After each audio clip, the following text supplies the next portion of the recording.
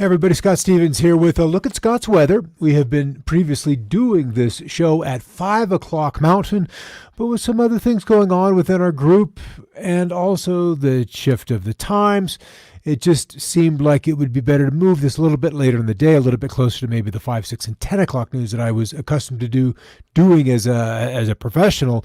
Let's just move it to 9 o'clock. Let's see how that plays out. There's a lot of competition for eyeballs out there right now, a lot of competition with everything that's happening in and around the world. So let's just throw a little interlude in there, a little break, and look at some weather, because why not? All right, coast to coast, really one of the most beautiful November days that we could anticipate, and it just happened to fall on Election Day. Some record heat from California across the Mountain West into the Pacific Northwest, and then arcing over to places that have already had some frighteningly cold weather for so early in the season, and that kind of warmth will persist for a couple of days yet. So that's probably the good news. But as we get towards the weekend, and especially into next week, as we talked about yesterday, it appears that there will be a significant transition to, let's just say, more truly, I don't want to say inclement, because it's November, and we should have some crazy weather. That's just about what we should be having. So that kind of weather is on its way. All right, let's just start with Twitter. Remember, we've been dealing with some Hurricane Zeta, and I thought this video was kind of crazy.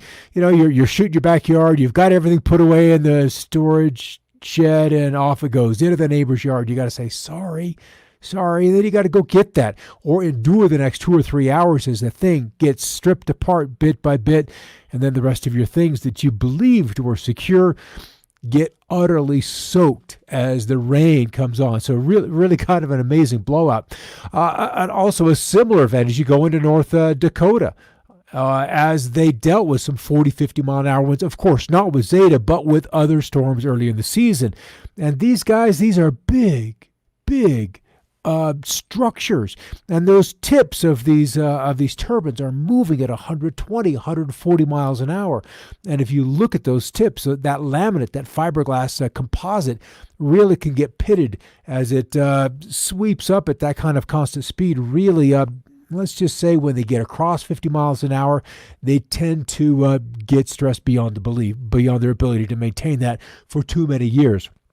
All right, on Monday, we had one of our viewers comment in on how warm it was in Calgary, as they ended up breaking a 139 record. Drumheller set new provincial records for the month. Meanwhile, it was hotter than Freeport in the Bahamas, where they were enduring some rain. The aurora continue. A few nights ago, I wasn't alone when I was watching the aurora. Check out the bird on top of the tree. Let's see if we can't zoom on in here. Probably right in there, saying, hey, I have got the best view around, as that aurora danced. And we'll look at where that aurora is happening tonight. Once again, the Weather Prediction Center looking at an October 2010 snowfall summary, as we kind of go back over the course of the month and compare how much snow fell to what had fallen in the previous 11 years. And you can see where we've had the orange, or the yellows, were at or greater than 12 inches, or about 25 centimeters. And then into the mountains of Montana, of course, somewhat more than that. Same story with Colorado, and even down in New Mexico. And look at that, even 1 to 2 inches all the way into northern Chihuahua, Mexico. So that last snow, 8, 9, 10 September, was something else.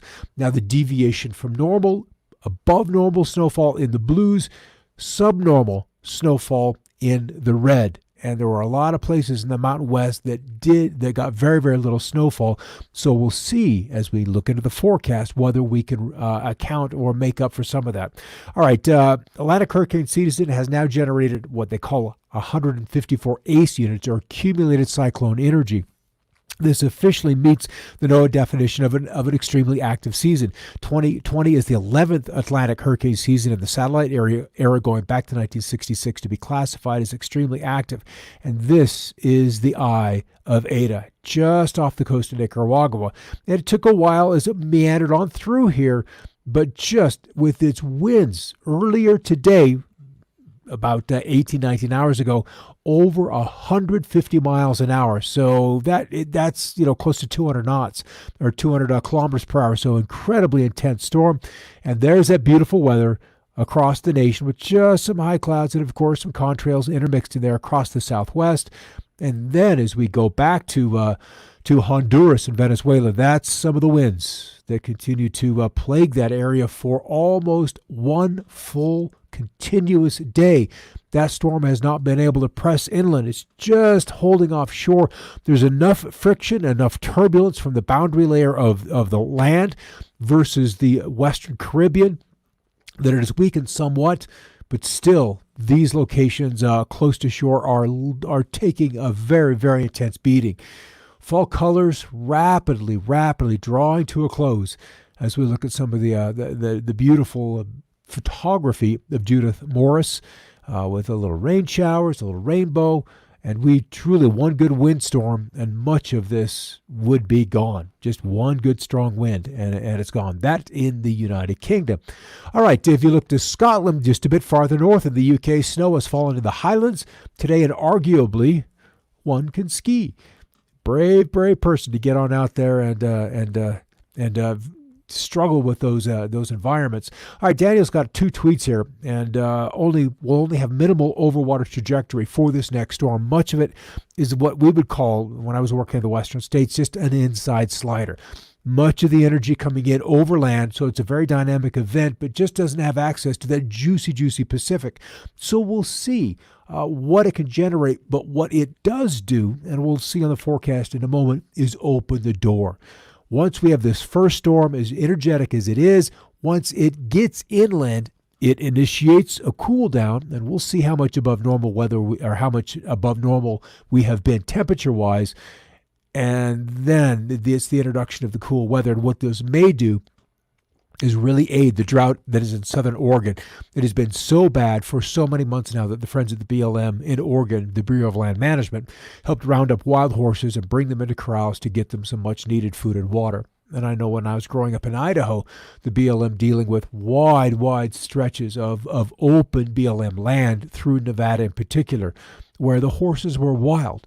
And those herds ran into the low 1000s. And those guys had, a bit of a free life. And it was kind of hard to see them get rounded up either for population control or to be auctioned off to then find owners. That's how they met and kept that herd in check. All right, here's where the aurora forecast is for today for the Northern Hemisphere. So if you're in Canada and have clear skies, much of you do with that arcing high pressure overhead, Hudson Bay of northern Manitoba, northern Alberta, certainly Quebec and Ontario, enjoying or at least standing underneath that aurora tonight.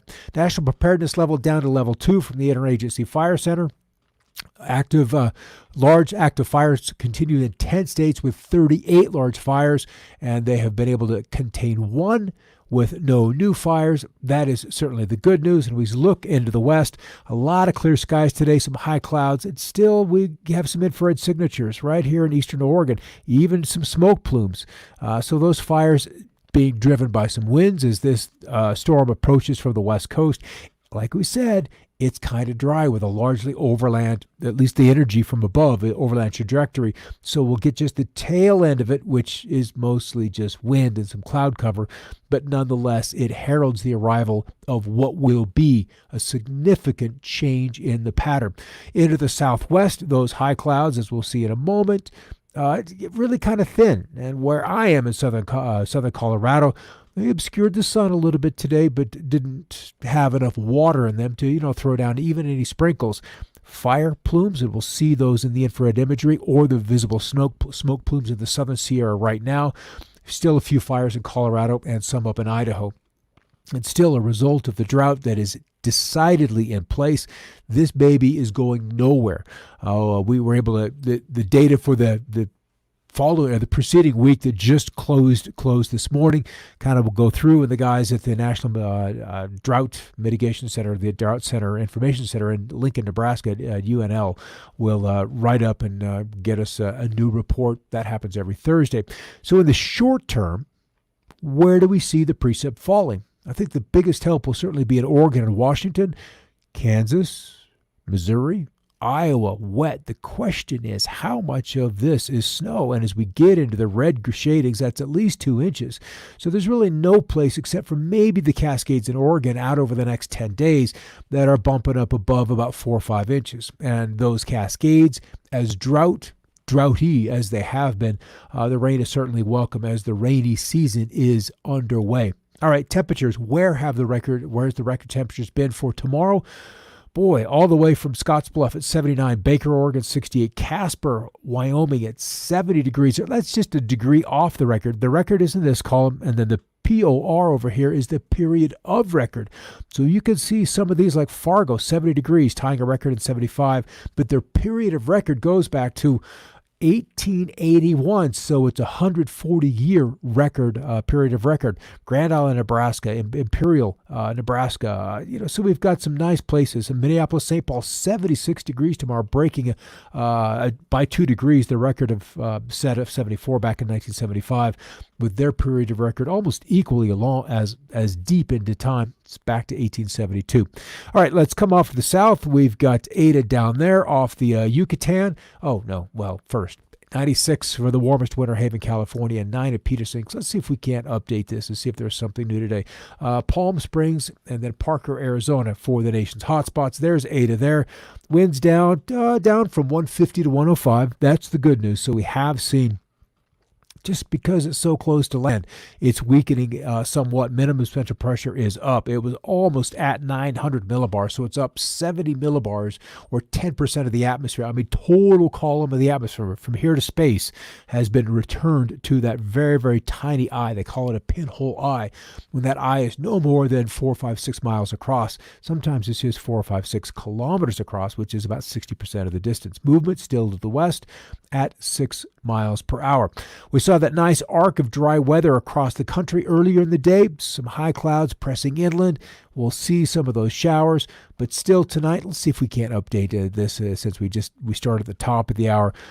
We can see there's our readings from coast to coast. So DC, probably lower 40. So if you see reporters out there talking about the election in DC, that's the temperatures that they're standing in, is in the lower 40s. Here in Colorado, I'm at 44.4. Frosty through Maine, where they've had snow much of the day, in western and upstate New York, that progressing across the Green Mountains of Vermont and the Whites of New Hampshire, whereas the high plains with a nice west wind and a good old Chinook going on, still in the 60s, 64 at Wichita on the hour.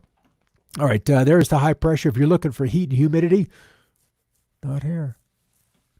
Nope, not here. Even all the way down to Miami, the dew point's into the 50s. So the windows have come open, and if you were to step outside, maybe the air conditioning is on, maybe it's not tonight. And that is a bit of a sweet relief. Showers, let's animate this puppy. We'll see some light rains rolling through Seattle, even into northern Idaho, Mullen Pass, Lewiston, up to Spokane, and Sandpoint so far with some showers. And there's the snows in Albany, upstate New York, up across the Adirondacks, Lake Champlain, and then over to the Greens of New Hampshire with some showers. Now, they've had a lot of snow over the course of the day. This is just like the last gasp of this particular event. So we'll see how much of that goes on. And then for those outdoor events tonight in the Puget Sound area, some showers on and off. But if you're a native of Seattle, rarely will you go somewhere, especially this time of year, without an umbrella. You'll probably leave more than one or two wherever you've had your outdoor evenings for the night. It's just that type of weather. So let's watch this. Mentally, look at this. We've got our deep northeast low with the wind coming out of Canada, and this energy was responsible for the snows across the northeast earlier today. But this shape, notice this nice overarching shape, and just this little bit of ripple, this one simple contour was responsible for all of these clouds down here. Now, it was just one little contour, but nonetheless, it was that simple shape that allowed that collection of moisture and that circulation to get us going. So what happens to the ridge? Kind of gets pushed to the east, and here within 60 hours, right there under my thumbnail is the 60-hour forecast. This takes us to essentially midnight or 6 a.m. Z time, Zulu time, UTC time on Friday morning. or about midnight Mountain Time on Friday. So we're anticipating the arrival of this first pulse off the Pacific. Let's watch that come on through. And then look at that baby. It kind of rolls over the next 2.5 days, gets another shot of energy coming in from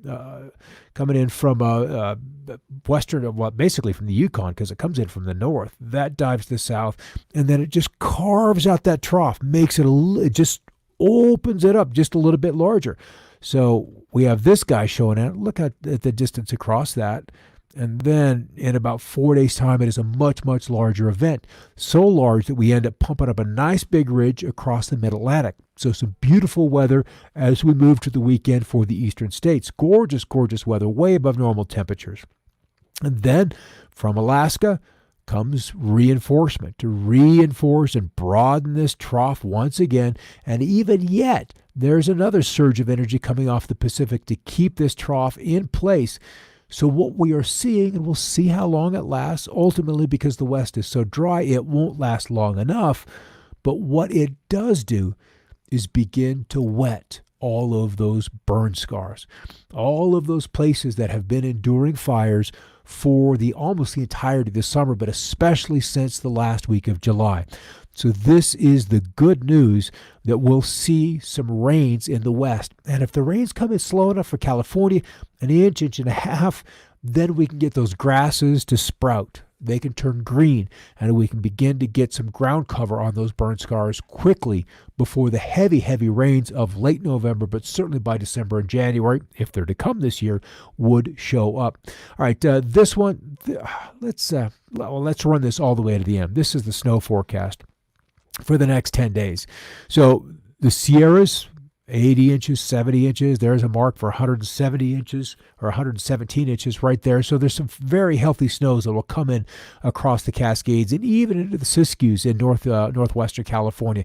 Through the Cascades, this is a good 3 to 7 foot snowfall anticipated over the next 10 days. Same for the central mountains of Idaho, where we've got some fires still chimneying. You can see them in the satellite imagery. And for the San Juans in Colorado, up and towards and then east of basically the big mountains in central Colorado, also going to get quite a bit.